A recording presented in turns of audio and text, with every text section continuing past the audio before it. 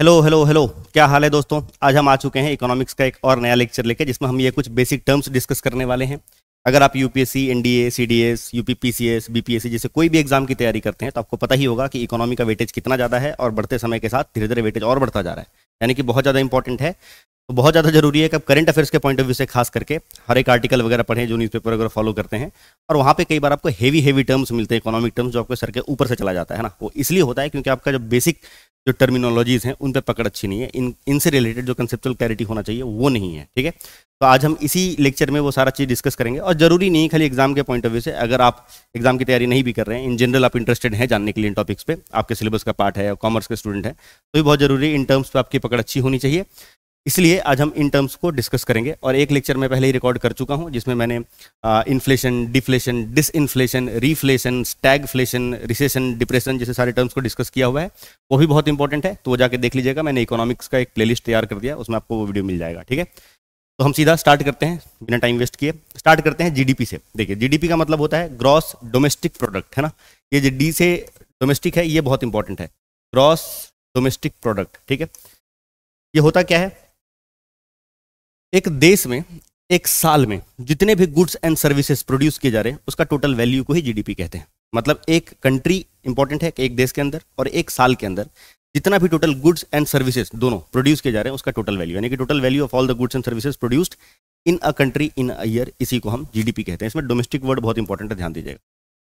तो यहाँ से अपने को पता चलता है कि एक देश में बेसिकली कितना उत्पादन होता है, यानी किसी भी हम एक अंदाजा लगा सकते हैं कि देश में टोटल मतलब देश का स्थिति क्या है। पर ये बहुत एक्यूरेट मेजर नहीं है कंट्री का वेल्थ को नापने के लिए, उस पर हम बाद में आएंगे, इसी लेक्चर के एंड में डिस्कस करूंगा मैं, है ना। तो जीडीपी का मतलब समझ में आ गया। अब क्या होता है कि आपको पता ही होगा कि जैसे हमारे ही देश में बहुत सारे ऐसे भी कंपनीज हैं जो हमारे देश के नहीं हैं। कोई सऊदी अरेबिया का होगा, कोई यूएसए का होगा, कोई चाइना का होगा। उनका जो भी प्रोडक्शन हो रहा है यहाँ पे वो हम अपना जीडीपी में अगर काउंट तो कर ले रहे हैं, क्योंकि हमारे देश के अंदर प्रोडक्शन हो रहा है, और उसका रिवेन्यू हमारे देश को मिलेगा नहीं, वो अपने अपने गवर्नमेंट को देंगे, अपने अपने देशों को देंगे। तो अगर हम इसको भी इंक्लूड कर रहे हैं तो एक्चुअली में जीडीपी का फॉल्टी कैलकुलेशन आ रहा है, जो कि अपने आप में इनएक्यूरेट मेजर है, एक तरीके से हम कह सकते हैं। तो इसको अवॉइड करने के लिए, अच्छा ऐसे भी कई सारे कंपनीज होंगे जो इंडिया के हैं पर और अलग अलग कंट्री में ऑपरेट कर रहे हैं, यूके में होगा, जर्मनी का होगा, कोई इंडियन कंपनी, तो उसका जो रिवेन्यू है वो हमारे सरकार को आ रहा है, पर हमने तो इसको जोड़ा ही नहीं। तो टोटल जो प्रोडक्शन है इसमें बहुत सारा मिसमैच है अगर हम खाली जीडीपी की बात करेंगे तो, है ना। तो इसको सही करने के लिए एक और टर्म का इस्तेमाल करते हैं जिसको कहते हैं जीएनपी, ग्रॉस नेशनल प्रोडक्ट, है ना, ग्रॉस नेशनल प्रोडक्ट। इसमें डोमेस्टिक था, इसमें नेशनल है। ठीक है, ये जो नेशनल है और डोमेस्टिक है यही एक्चुअल में डिफरेंस है। क्या है दोनों का मतलब समझिए। अब मान लेते हैं, एक सिनेरियो लेते हैं कि कुछ एक कंपनीज हैं जो भारत में ऑपरेट कर रहे हैं, जो भारतीय कंपनीज नहीं है, अलग अलग कंट्रीज के, मैंने बताया यूएसए का, चाइना का वगैरह वगैरह। तो अगर हम जीडीपी टोटल निकाल लेते हैं, मतलब कि जिसमें इन सारे कंपनीज का प्रोडक्शन जो इंडिया में हुआ वो हमने ऐड कर लिया है, पर इवेंचुअली उनका जीडीपी में से ऐसे जो कंपनीज हैं उनका हम टोटल प्रोडक्शन माइनस कर देते हैं। वो टैक्स वगैरह पार्ट जो है भारतीय सरकार कमाती है उनसे, उसको छोड़ के, क्योंकि टैक्स वगैरह तो हो सकता है कि हमारे कंट्री में पे करें। मैं हो सकता है इसलिए कह रहा हूँ क्योंकि बहुत सारे अलग अलग स्कीम है। जैसे एक टर्म है इसको कहते हैं डीटीएए, डबल टैक्स अवॉइडेंस एग्रीमेंट। मतलब एक कंपनी है जो कि दो कंट्री में ऑपरेट करता है, तो कहाँ टैक्स पे करेगा, कितना पे करेगा, क्योंकि आपको पता ही है कि जिस कंट्री में मान लेते हैं इंडियन कंपनी है, वो दूसरे कंट्री में प्रोड्यूस कर रहा है तो वहाँ पे भी टैक्स देना पड़ेगा, पर फिर वो हमारे सरकार को भी आके टैक्स पे करेगा क्योंकि इवेंचुअली हमारे देश का कंपनी है ना। तो ये बहुत ज़्यादा टैक्स हो जाएगा, तो वैसे केस में फिर तो बहुत नुकसान वाली बात है। तो कई बार उन दोनों कंट्रीज के बीच में एक एग्रीमेंट साइन हो जाता है ना, एक बायलैटरल एग्रीमेंट साइन होता है कि ऐसे कंपनीज जो हमारे देश में है, जो आपके यहाँ पे काम कर रहे हैं, या आपके देश के कंपनी जो हमारे यहाँ पे काम कर रहे हैं, उसमें हम इस तरीके से टैक्स का बंटवारा करते हैं कि खाली हम ही ले लेंगे या आप ही ले लीजिएगा, इस तरीके से हिसाब किताब रहता है। ठीक है, तो टैक्स वाला पार्ट छोड़ के अगर हमने टोटल जीडीपी निकाला, यानी कि जीडीपी में हमने ये आप समझ पा रहे होंगे कि जीडीपी में हमने टोटल सारा चीज ऐड किया था, उसमें से उन कंपनीज का रेवेन्यू निकाल देते हैं जो कि इंडियन नहीं है, माइनस कर दिया। ठीक है, और साथ में उन कंपनीज का रेवेन्यू ऐड कर दिया जो कि इंडियन कंपनीज हैं पर बाहर दूसरे देशों में ऑपरेट कर रहे हैं, क्योंकि उनका रेवेन्यू एक्चुअली हमारे पास आने वाला है। ठीक है, तो ऐसे केस में ये जो कंपनीज हो गए, यानी कि इंडिया से बाहर जो पैसा भेज रहे हैं, इंडिया में रह के दूसरे कंपनीज जो है दूसरे कंट्री के, उनका रेवेन्यू हमने माइनस कर दिया, और भारतीय कंपनी जो दूसरे कंट्री में ऑपरेट कर रहे हैं उनका रेवेन्यू ऐड कर दिया। इसी को कहते हैं नेट फैक्टर इनकम। क्या कहते हैं? Net factor income. ठीक है, तो मैं समझा रहा हूं यहाँ पे नेट फैक्टर इनकम, है ना। मान लेते हैं ये जो जीडीपी था, जीडीपी में हमने माइनस कर दिया ऐसे सारे कंट्री के रेवेन्यू को जो कि भारत से बाहर चला जा रहा है, यानी कि बाहरी कंपनी थे जो भारत में थे, और ऐड कर दे रहे हैं वो सारा रेवेन्यू जो भारतीय कंपनी थे दूसरे कंट्री में ऑपरेट कर रहे थे, उनका रेवेन्यू हमारे यहाँ आ रहा है। तो ये जो टोटल निकलेगा है ना, इसी को हम कहते हैं GNP, ग्रॉस नेशनल प्रोडक्ट। तो ये ज़्यादा होलिस्टिक कैलकुलेशन है, ज़्यादा एक्यूरेट मेजर है अगर हम GDP और GNP में नापे तो। समझ में आ गया। अब आते हैं ऐसे ही एक और टर्म जिसको कहते हैं NDP, और एक टर्म है जिसको कहते हैं NNP। देखिए कुछ भी नहीं है, GDP से जुड़ा हुआ NDP और GNP से जुड़ा हुआ NNP। चलो GDP तो पता चल ही गया। अब मान लेते हैं कि देश में टोटल जो सामान का उत्पादन हुआ है ना, उसमें से कुछ एक सामान ऐसे भी होंगे जिनका वेयर एंड टियर होगा। फॉर एग्जांपल जनरेटर प्रोड्यूस हो रहा है कंट्री में, है ना, जनरेटर बिजली प्रोड्यूस करता है, बिजली की बात नहीं करते हैं, जनरेटर है ना बनाए जा रहे हैं एक देश में। ऑब्वियसली वो जनरेटर यूज़ होगा, उसके बॉडी पार्ट्स खराब होंगे, या हो सकता है रखा रखा उसका जंग लग जाए, उसका पेंटिंग का खर्चा, यानी कि ऑब्वियसली कुछ समय के बाद ये गाड़ियाँ हैं है ना, गाड़ी रखे रखे पड़े पड़े वो उसका वैल्यू डिप्रिसिएट होगा ऑब्वियसली, मतलब कुछ समय बीतता जाएगा तो उसका दाम में गिरावट देखने को मिलेगा, वेयर एंड टियर की वजह से ऐसे रखे रखे भी दाम में गिरावट मिल रहा है ना। तो उसी को डिप्रिसिएशन कहते हैं, जो ओवर द टाइम पीरियड है ना जो चीज़ों का दाम में गिरावट देखने को मिलता है उसी को डिप्रिसिएशन कहते हैं। तो GDP में अगर हम डिप्रिसिएशन को भी माइनस कर दे, यानी कि जो टोटल एक्चुअल में प्रोड्यूस हुआ था वो चीज़, उसका जो दाम था उसमें से अब टोटल जो उसका दाम कम हो चुका है ना, जितना वेयर एंड टियर की वजह से वो माइनस जो दाम हुआ यानी कि डिप्रिसिएशन हुआ उसको हम हटा देते हैं, तो जो निकलता है उसी को NDP कहते हैं। मतलब GDP में अगर हमने डिप्रिसिएशन माइनस कर दिया तो ये NDP हो गया, NDP हो गया। और GNP में अगर हमने डिप्रिसिएशन माइनस कर दिया तो ये NNP हो गया, और N का मतलब होता है नेट, मतलब ग्रॉस में, ग्रॉस जो वर्ड है G है ना, उसमें अगर हम डिप्रिसिएशन को माइनस कर देते हैं तो निकलता है नेट। बस इतना ही याद रखना है, इससे ज़्यादा कुछ भी नहीं है, ठीक है। अब देखते हैं और कौन सा टर्म था इसके अलावा है रियल GDP और नॉमिनल GDP। ये क्या है, पहले आते हैं रियल GDP और नॉमिनल GDP पे, ठीक है। मान लेते हैं पहले एक कोई पर्टिकुलर ईयर ले लेते हैं, 2011 या 12 का मान लेते हैं ना। अब देखते हैं कि हमारे देश में सपोज कि उस साल एक ही टाइप का गुड्स बनता था, ठीक है, हमारे देश की बात करें 2011-12 का, वो मान लेते हैं ए, या कोई सामान का नाम रख लो, कुछ भी है ना। हाइपोथेटिकली ये ऑब्वियसली करेक्ट नहीं होगा क्योंकि हमारे देश का GDP ऑलमोस्ट $4 ट्रिलियन के आसपास है, यानी कि बहुत सारे सामान का उत्पादन होता है। पर हम समझने में आसानी हो इसके लिए हम मान लेते हैं कि एक ही सामान का प्रोडक्शन होता है और वो टोटल 100 पीस प्रोड्यूस होता है, और उसका दाम 2011-12 में 30 रुपये था, यानी कि टोटल अगर GDP कैलकुलेट करेंगे तो निकल गया 3000 रुपये, है ना। 3000 रुपये देश का GDP था 2011-12 में, ठीक है। फास्ट फॉरवर्ड आते हैं हम 2023-24 वाले साल में, ठीक है, 2023-24 वाले ईयर में। अब मान लेते हैं कि टोटल अभी के टाइम पे अगर अपने को GDP कैलकुलेट करना है तो हम देखेंगे कि कितना सामान प्रोड्यूस हो रहा है और उसका टोटल प्राइसेस क्या है, मल्टीप्लाई कर देंगे तो GDP निकल आएगा। मान लेते हैं कि अभी भी हमारे देश में वही एक ही सामान प्रोड्यूस हो रहा है और वो भी 100 पीस ही प्रोड्यूस हो रहा है, पर उसका दाम बढ़ के 50 रुपये हो चुका होगा ऑब्वियसली, क्योंकि इन्फ्लेशन है, इतने साल में महंगाई बढ़ी होगी तो उसका दाम बढ़ा होगा। तो अब जो GDP निकलेगा वो आप बोलेंगे कि सर 5000 रुपये हो गया, 50 से मल्टीप्लाई कर देंगे तो 5000।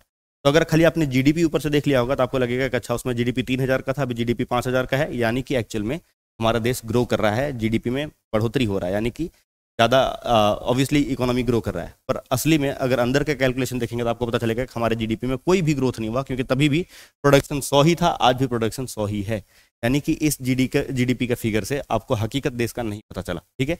इसके लिए अपने को दो टर्म समझने होंगे, रियल GDP और नॉमिनल GDP।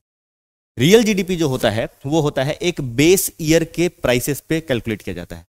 रियल GDP का मतलब है कि मान लेते हैं हम एक बेस ईयर पकड़ लेते हैं, वो बेस ईयर को मान लीजिए 2011-12 पकड़ लिया, कोई भी साल को पकड़ सकते हैं कि जिस साल से आप कंपेयर करना चाहते हैं उस साल को बेस ईयर पकड़ लेते हैं, 2011-12 को हम बेस ईयर पकड़ लेते हैं, ठीक है। तो अगर इस सामान का ए का है ना उस समय दाम 30 रुपया था, तो आज भी अगर हम 2023-24 में भी कैलकुलेट करेंगे तो उसका दाम 30 रुपया मान के ही कैलकुलेट करना पड़ेगा, 50 रुपया नहीं मान सकते, क्योंकि बेस ईयर में जो प्राइस था आज भी उसके आधार पर कैलकुलेट करेंगे। तो अब उसका 2023-24 में प्रोडक्शन देख सकते हैं आपकी 100 ही पीस है, तो हम इसको 50 से मल्टीप्लाई नहीं करेंगे। अगर हम रियल GDP निकालना चाहते हैं तो हम इसको रियल GDP निकालना चाहते हैं तो हम इसको 30 से ही मल्टीप्लाई करेंगे, क्योंकि बेस ईयर में इसका प्राइस उतना ही था, यानी कि 100 पीस इंटू 30 रुपये, यानी कि 3000। तो ये रियल GDP है, क्योंकि आपको रियल अनुमान देता है और इससे पता चलेगा कि भैया हमारे देश में कोई भी इकोनॉमी ग्रोथ नहीं हुआ, तभी भी 3000 ही था, आज भी 3000 है। इससे पता चलता है कि हमारे देश में कोई भी क्वांटिटी में प्रोडक्शन का जो बढ़ोतरी है वो नहीं हुआ। समझ में आ रहा है क्या? ये है रियल GDP। इसीलिए हम इसको real GDP at constant prices कहते हैं, है ना, या फिर इसको हम कहते हैं रियल GDP, मतलब ये बेस ईयर शब्द का इस्तेमाल किया जाएगा इसके साथ हमेशा, या फिर हमेशा कांस्टेंट प्राइसेस का इस्तेमाल किया जाएगा, क्योंकि प्राइस वही वाला कंसीडर किया जाएगा। ये है रियल GDP।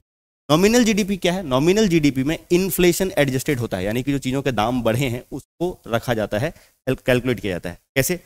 मान लेते हैं, मैंने बताया था 2023 और 24 में वो प्रोडक्ट 100 ही पीस बन रहा है, 100 पीस बन रहा है, पर उसका दाम 30 रुपया की जगह 50 रुपया हो गया। तो अब हम नॉमिनल जीडीपी कैलकुलेट करेंगे तो 50 रुपया ही कंसीडर करेंगे, यानी कि टोटल 5,000 रुपये निकलेगा। तो ये नॉमिनल जीडीपी है ना, ये नॉमिनल जीडीपी, यानी कि जो हमने पहला कैलकुलेशन किया था वो नॉमिनल जीडीपी है।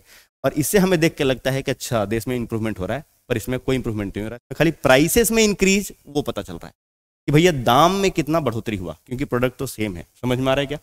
तो नॉमिनल जीडीपी के साथ हमेशा करंट प्राइसेस शब्द का इस्तेमाल किया जाता है, ये एकदम ध्यान रखिएगा। दो चीजें हैं, ये सीडीएस में पूछा हुआ भी क्वेश्चन था, इसी साल पूछा गया था, है ना। पहला है कि रियल जीडीपी क्या इन्फ्लेशन एडजस्टेड होता है? नहीं, क्योंकि ये बेस ईयर वाला प्राइस पे कैलकुलेट करते हैं, इसमें इन्फ्लेशन को ध्यान में नहीं रखा जाता। पर जो नॉमिनल जीडीपी है इसमें इन्फ्लेशन एडजस्टेड होता है, क्योंकि इसमें करंट ईयर के प्राइसेस को ध्यान में रखा जाता है अभी, और अभी ऑब्वियसली तब से सामान का दाम बढ़ चुका होगा। तो रियल जीडीपी समझ गए, हमेशा नॉमिनल जीडीपी से कम होगा ऑब्वियसली। अगर इसे देखिए, कितने टाइप के क्वेश्चन घुमा फिरा के पूछे जा सकते हैं।